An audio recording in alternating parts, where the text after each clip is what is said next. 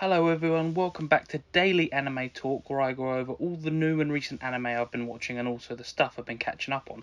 Sorry I haven't been here for the past couple of weeks, been pretty ill, but I'm back now, fully up and watching everything again. So I'm going to start off with the stuff I've started on Monday, all the way up through Tuesday. So the first thing I watched was the 5th episode of Last Dungeon Boonies. While Lloyd is out helping Maria on a short trip, he nonchalantly takes the holy sword out of the stone that has been stuck there and no one can pull out. The academy that Lloyd is attending is about to have an inter-school match. Everyone is training really hard while Lloyd is still miles ahead of everyone, even though he still thinks he is a low-leveled and inadequate.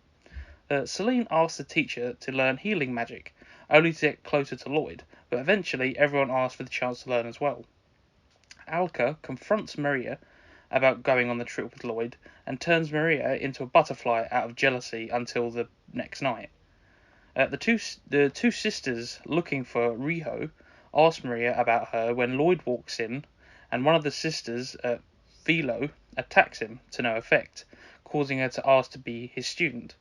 Riho's sister figure from her orphanage arrives as the other school's headmaster and is confident that she will win and also bring back Riho. Uh, After Lloyd and Celine help Rio get her confidence back, the first informal meeting between the schools happens. A second year shows off, calls Lloyd weak, and tries to fight the other school students, but loses instantly.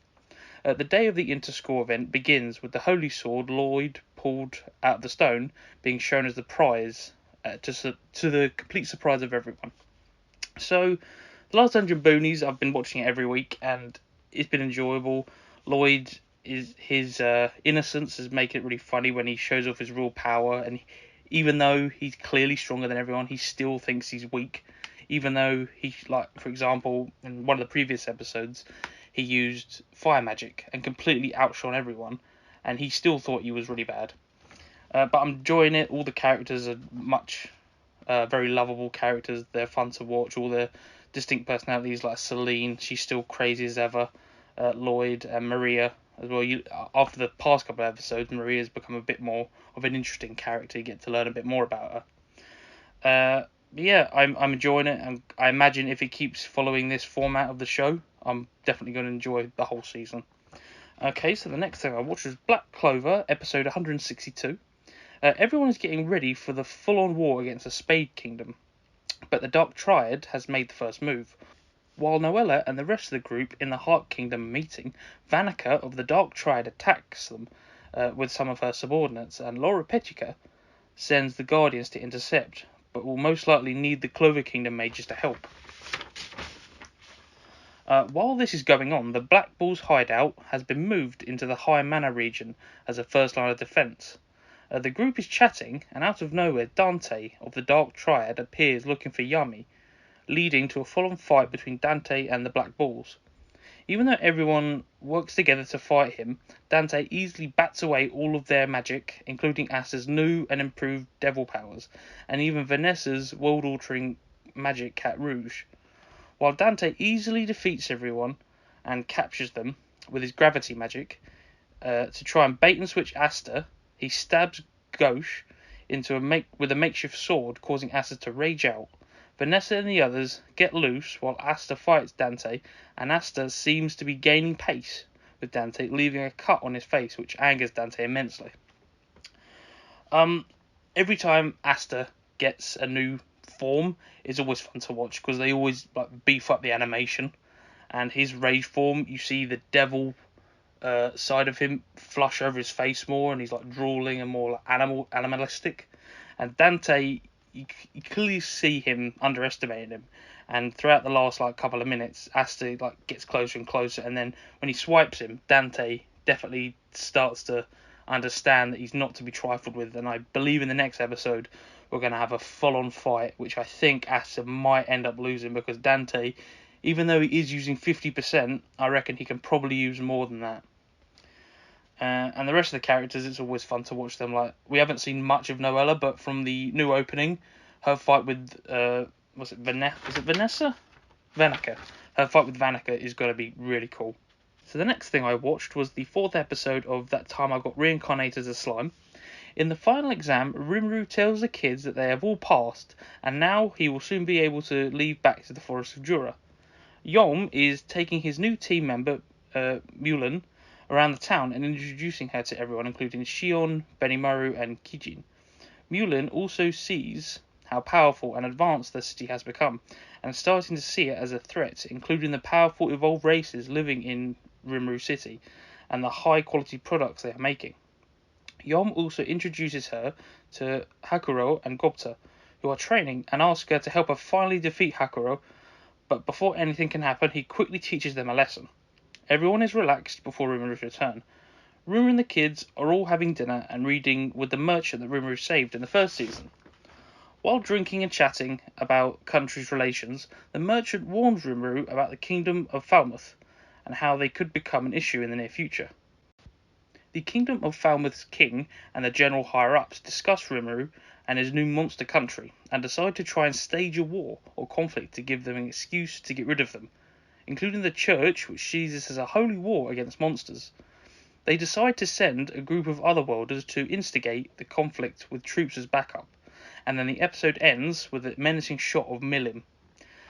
I love Slime, it's always been fun to watch. I love the first season, and watching as it builds on the new characters and the new conflicts that are going to improve Rimuru, because he's overpowered obviously, but we need to show new enemies and new factions for him to fight, to just continue to show how powerful he is, because that's the whole point. He's an overpowered slime. So if you get more overpowered like kingdoms, like characters, like whatever Milim's planning, that looks quite interesting, and whatever the Falmouth kingdom is going to try and attempt, it should be good. Rimuru might have to actually use some of his full power for once, with a sweat, not just going, oh yeah, I'll deal with it. But yeah, the next thing I watched was the 5th episode of Otherside Picnic. Toriko and Sora are out drinking and eating as a sort of make-up meal for arguing in the previous episode. So as the night comes to an end, things start to change.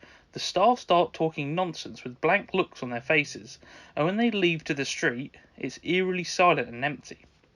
As they walk to the station, they somehow end up walking into the other side, and come across scary looking creatures, including one with bodies hanging off of it.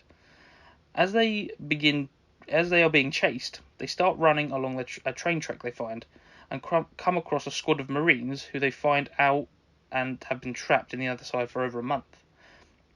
The English-speaking soldiers are wary of Toriko and Sora, but their superior officer tells them to stand down. After the humanoid with antlers leaves them, the soldiers accompany the girls back to their base they have set up at the train station, and are unsure of their next move.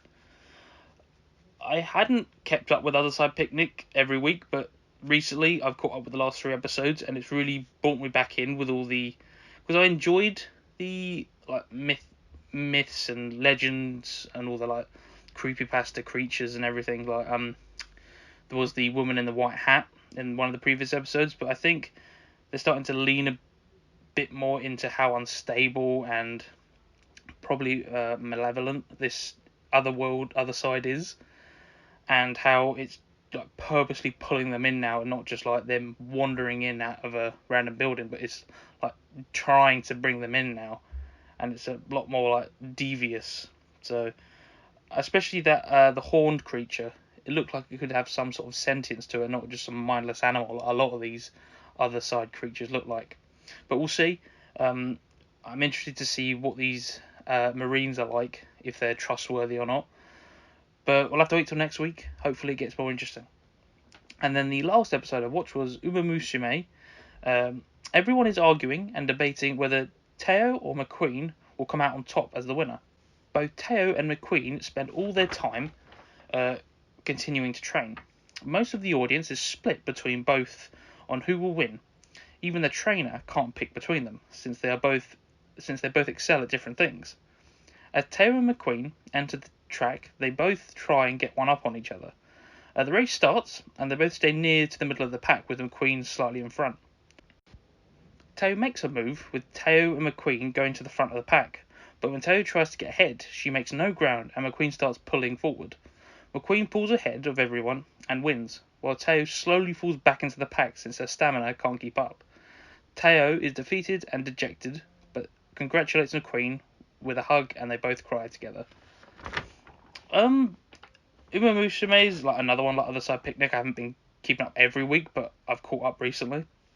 And it's fun, it's enjoyable, it's like the sport, like feel good, and then the lows and the highs of like winning and losing, and also the training, especially with Teo since she got injured. And you get to see her build herself back up and promise herself that she's going to be undefeated, but in this episode that crumbles to the ground. And that's what I'm interested to see what's going to happen in the rest of the season, because she's lost the Triple Crown and now she's lost her undefeated streak, so she's going to have to aim for something else.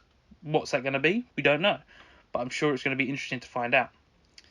Okay, so that was everything I caught up with for the last couple of days. Just a heads up, I'm also going to be doing a Dragon Ball watch through, the original one, and if you fancy watching that, I'll be uploading that in the next couple of days, so keep an eye out for that. But for now, that's everything. Hope you enjoyed, and I shall see you for the next episode of Daily Anime Talk.